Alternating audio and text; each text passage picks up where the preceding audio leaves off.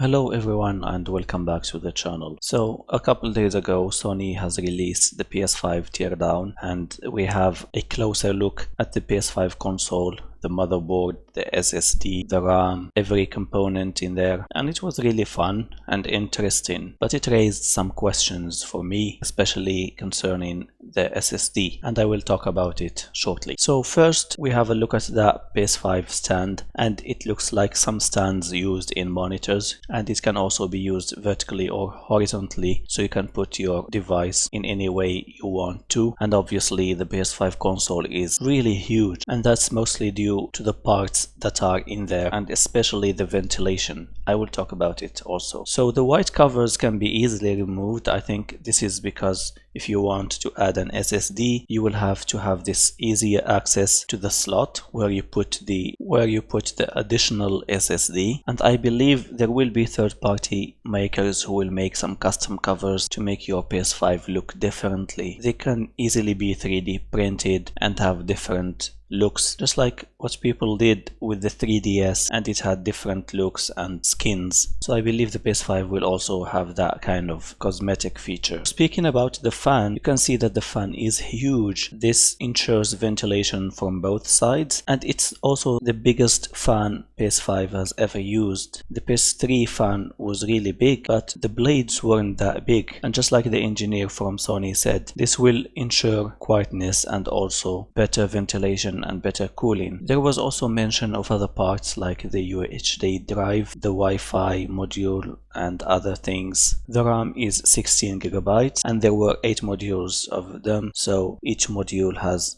2 gigabytes. And now let's talk about the storage. So the storage is built in the motherboard. I think this explains why the PS5 has blazing fast SSD, insane reading and writing speeds, but at the same time I find it a big of a concern because, you know, when you have storage built in the motherboard, it means that you cannot change it, and if something happens to your motherboard or to your storage, you can just kiss goodbye to your PS5 console. I think people who are familiar with bricks, with hard bricks and soft bricks, will understand this. And basically a soft brick is just like a system that has problems that can be rather easily fixed, just like doing a hard reset or a kind of system restore. But if there is a hard brick which is on the level of the hardware and not the software, it's going to be a huge problem. So let's talk about like a tangible example of that. So if you download a PS5 system update and then for some reason, you know, electricity just went down, you're in big trouble, because this will most likely hit the system and it could result in a hard brick. It's not always the case, but if it does, your system is done for. An example of that is the Wii U. So the Wii U has that built-in storage in it. If you were unfortunate enough to have a power surge or the electricity went down during a system update, your Wii U is most likely done for, and you have to send it back to repair if you have warranty, and that's really concerning. So that's why I don't like this built-in storage within the system. It sure has a lot of benefits when it comes to gaming and when it comes to the overall performance of the PS5, but